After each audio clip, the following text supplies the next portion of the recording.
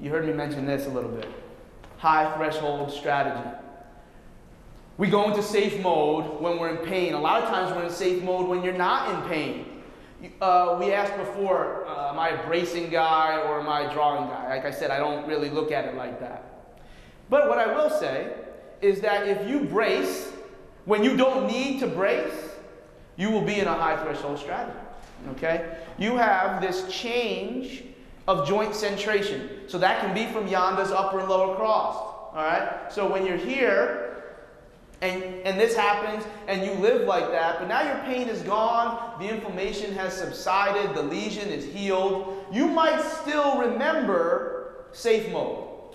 The computer turns back on okay, the power's fine, but you're still in a high threshold strategy where mobilizers are acting as stabilizers, stabilizers aren't doing what they're supposed to do, and you still may need correction, to stave off future pain or deliver great performance and durability, for people that have general fitness goals. All right? But when I go back to saying like brace, I shouldn't have to brace really hard, to do that.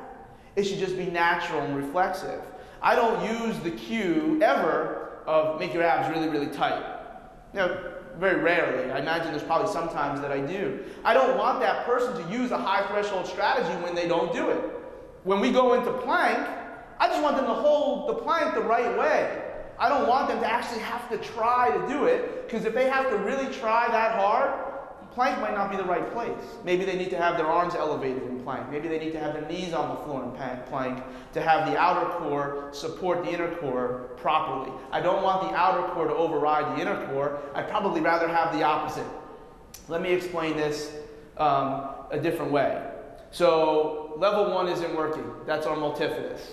That's our inner core. There's an inefficiency. It turns on too late.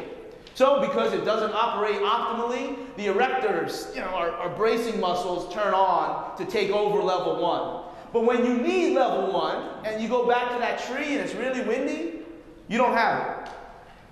And it could mean injury or it could mean poor performance. Because if you really want to deliver a strong lift, you do need the outer core. But if it's acting in the inner core's job, this is kind of what happens. Somebody's lazy.